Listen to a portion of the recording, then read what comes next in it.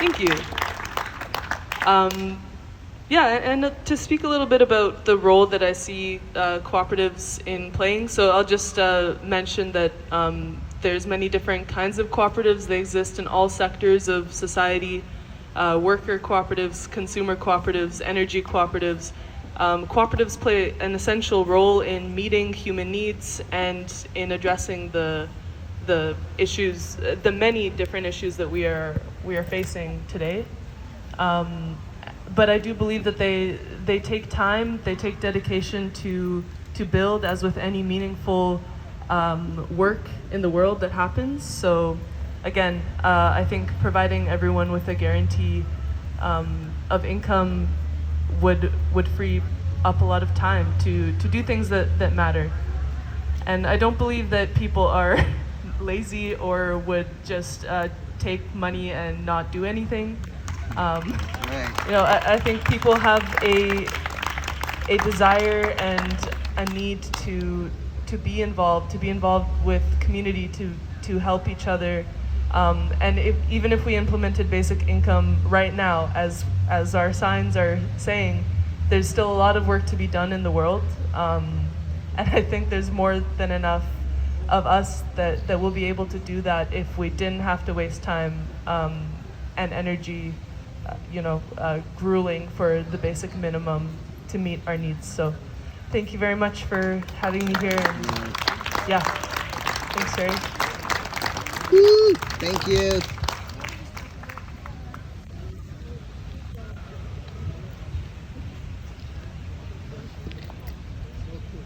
Thank you so much, Eva. My mind, just so many thoughts going through my mind as you were sharing.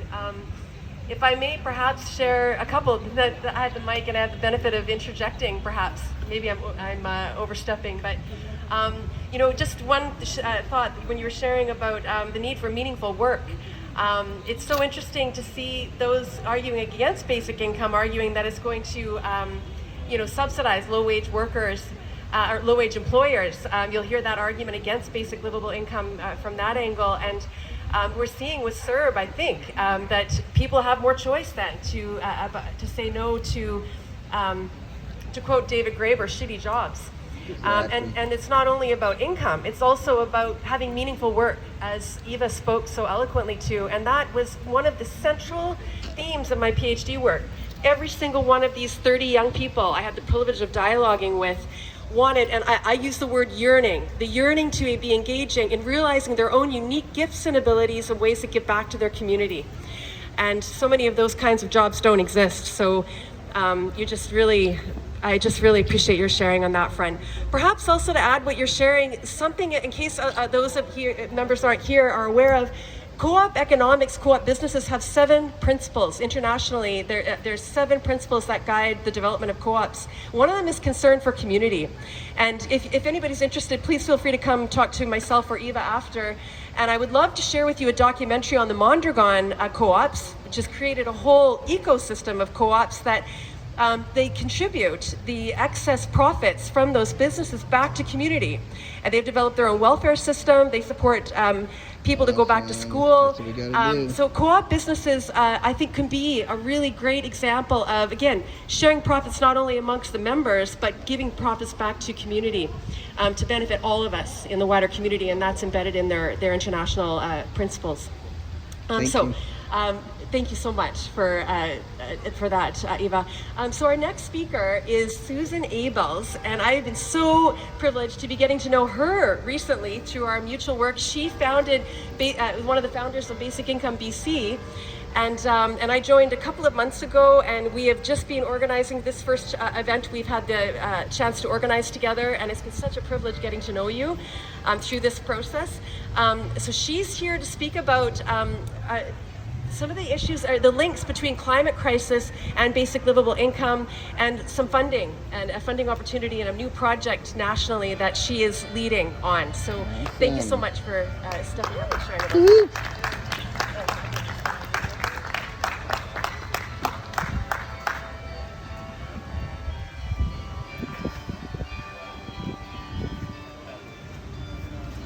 Hi everybody, and I'm happy to be at at the mic again, and I'm also happy to thank Shari and all the organizing team who really helped make this possible. We've got Kim on videography, we've got Bruce on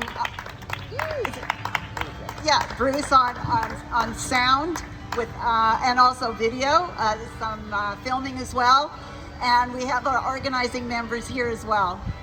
And it's a really group effort to put this together. And one of the things that make me really excited about the speakers that I've heard is that you're starting to hear about all the links between basic income and climate, basic income and economics, basic income and social justice, and basic income and community resilience.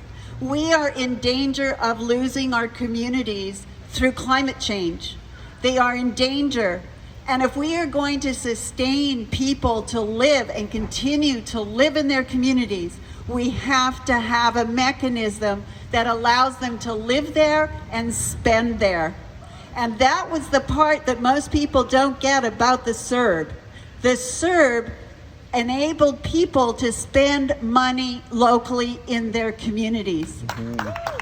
That's what it helped. It helped businesses. It helped a whole, it helped us survive through really, really tough times. And we've been working now, we don't have to talk about the experience of this summer. I mean, we've had 2 really awful years. The entire world has had 2 really awful years. We've lost millions to a pandemic. We've lost also our fisheries. Do you know that 60% of commercial salmon fisheries have been closed down? Do you know that orcas are no longer in our Salish Sea? They haven't been seen this summer because the water's too hot and there's no salmon in the ocean to eat. We're losing not only our communities, but our environment and everything that we hold dear.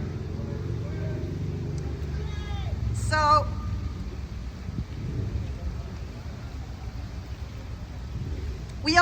I also want to talk about the personal experience of people who are really victims of climate catastrophes. The towns like Lytton that have exploded and no longer exist. We want to talk about the prairies and the drought and that loss of hay crop, that farmers and ranchers have not been able to keep their young cattle. They've had to send them to slaughter because they can't feed them. Our entire food security is at risk.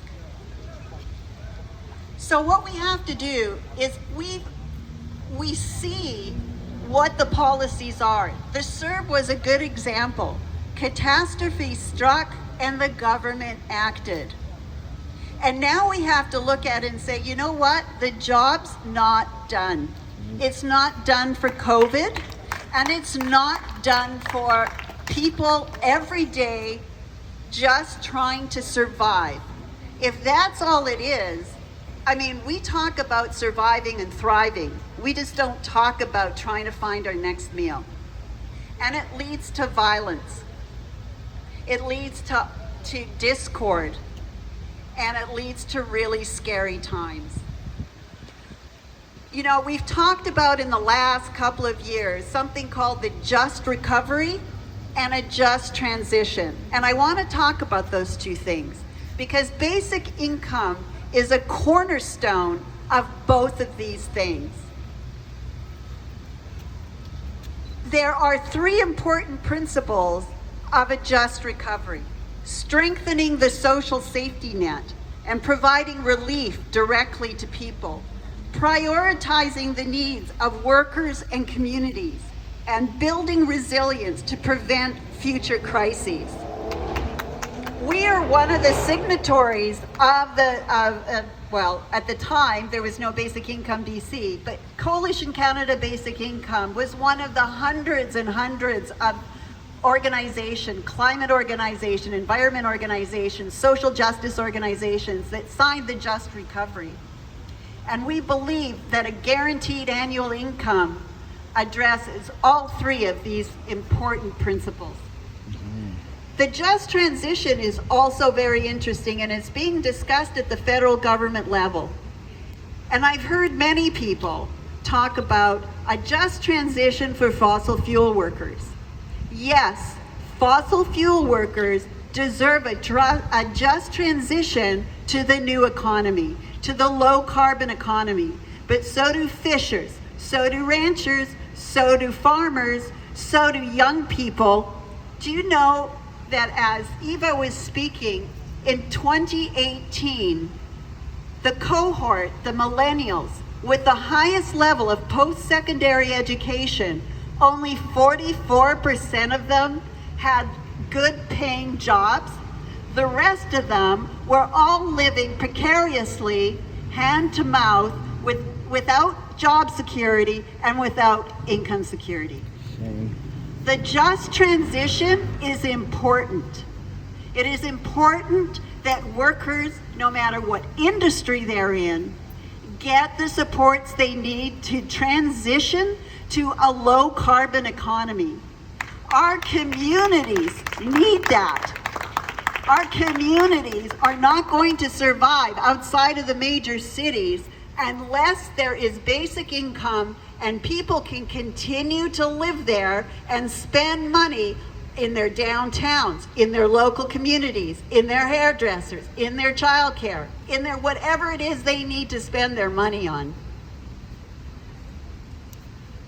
But so far there's been very little coordinated effort, and we've started to change that at the national level of the basic income movement. And I'd like to tell you about a project that we just received funding for from Environment and Climate Change Canada. This is a group of basic income organizations at the national level, the Youth Organization, Basic Income Canada Network, Coalition Canada, as well as climate organizations that are working together to say, you know what, we have to start talking about this in community. And we were funded to work with community partners in their communities, to talk to their community people and say, what do you need to make this transition possible? What do you need at the local level so that your community will be here 10 years from now, 20 years, 50 years from now? What do you need? And what can you do to transition to the new economy? What's the link between livelihoods, income security, and community resilience? And we're taking this and going across Canada, but we're doing it a different way. We're going to community and saying, is there somebody in your community that would partner with us to deliver this in community for us? This is about community talking to community. And this report is going to be important. And so I encourage you that if you know of a community who would like to have this conversation, go to the greenresilienceproject.ca, greenresilience.ca, and you will be able to, we have funding to have this conversation with you and your neighbors. Awesome. So I also want to give a shout out, actually, because I just turned my head and I saw Laurel Collins. And congratulations on your election and your new baby and your new family. And welcome and thank you for coming. So I just hear environment, justice for Indigenous people, social justice throughout all of our discussions today. And environment is also so important. Thank you very much. Thank you, Susan.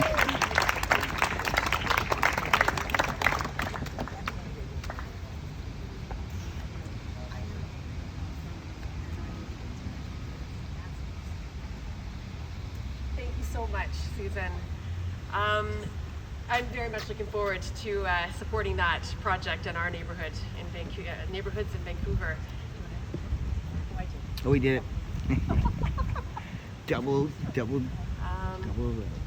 Okay, our last but not least final speakers are new to me, and I've had the privilege of meeting them today. So I'd like to start off with Jeff Legat, who is a disability advocate, or perhaps to reframe as an ability advocate, diverse ability advocate, if I may, knowing members of my circle who have diverse abilities and who are giving back to community in very creative and important ways. So he's also an advocate also for proper financial support of persons with disabilities across Canada, and he speaks on the importance of wealth redistribution and the inclusion of marginalized citizens in order to maintain a healthy and cohesive society. Very much looking forward to your sharing. Thank you.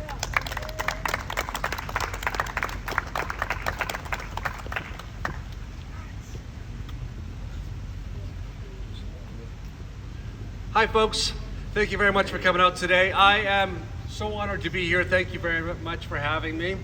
My name is Jeff Leggett. I'm a disability advocate, so I, along with other people across Canada, try to campaign our government officials to ensure proper, adequate, and morally responsible financial support for disabled people in Canada. I didn't know this before. Disabled people in Canada are not taken care of. I thought they were. I thought we as a community had that taken care of, already done, but they're not. The government has let it fall to a level that is so below poverty level that disabled people receiving or depending on financial support only get about $1,100 a month to live on. $1,169 in Ontario, $1,358 in BC, less in the East Coast. And that's supposed to cover all their rent, their utilities, their food, their transportation, and everything. Now, if you're lucky enough to be in subsidized housing, only about 16%, that's 1/6% of disabled people actually live in subsidized housing. If you're lucky to be in subsidized housing, that check gets you a lot farther. But if you're not living in subsidized housing, you're paying market rents for your rent, and you have to depend on food banks, charities, community church dinners, and the kindness of family and friends to survive. So we have been advocating over the last couple of years for proper, adequate, and morally responsible financial support for persons with disabilities all across Canada.